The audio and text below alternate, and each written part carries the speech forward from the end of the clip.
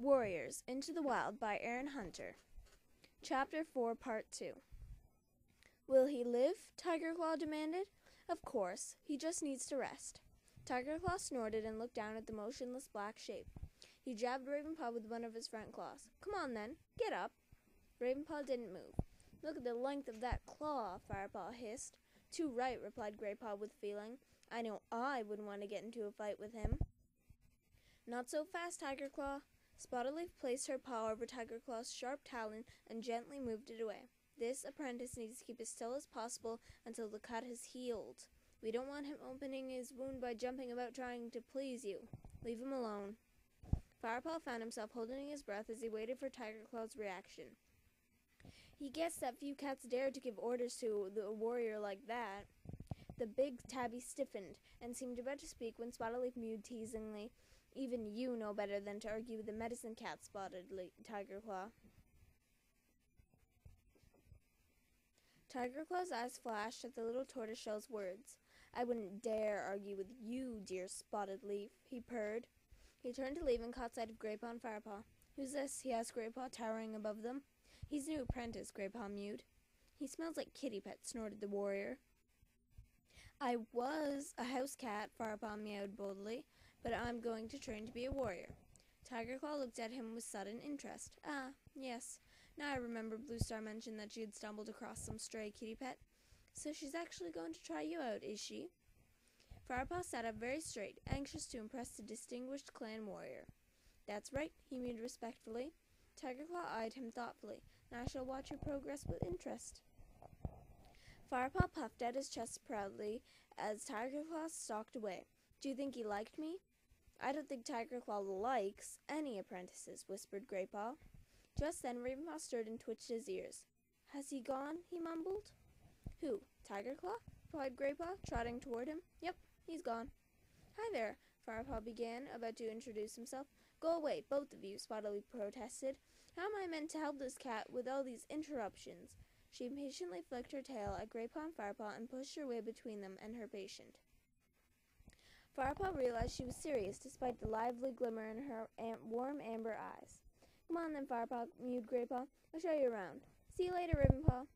The two cats left Spotted-Leaf with Ravenpaw and walked across the clearing. Greypaw looked thoughtful. He was clearly taking his duties as a guide very seriously. You know the high rock already, he began, flicking his tail toward the big smooth rock. Blue Star always addresses the clan from there. Her den is down there. He lifted his nose toward a hollow in the side of the high rock. Her den was carved out many moons ago by an ancient stream. Hanging lichen draped over the entrance, sheltering the leader's nest from the wind and rain. The warriors sleep over here, Greypaw went on. Firepaw followed them to a large bush a few paces away from the high rock. There was a clear view from right here down to the gorse entrance into the camp. The branches of the bush hung low, but Firepaw could see a sheltered space inside where the warriors made their nests. The senior warriors sleep nearest the center, where it's warmest, explained Greypaw. They usually share their fresh kill together over there by that clump of nettles. The younger warriors eat nearby. Sometimes they are invited to join the senior warriors for eating, which is a big honor.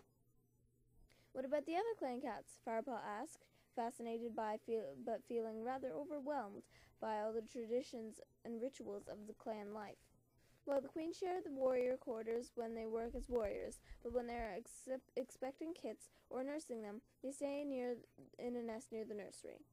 The elders have their own place on the other side of the clearing. Come on, I'll show you. Firepaw trotted after Greypaw across the clearing and past a shadowy corner where Spotted-Leaf had her den. They stopped beside a fallen tree that sheltered a patch of lush grass. Crouched among the soft greenery were four elderly cats tucked into a plump young rabbit. Dustpaw and Sandpaw would have brought them that, whispered Greypaw.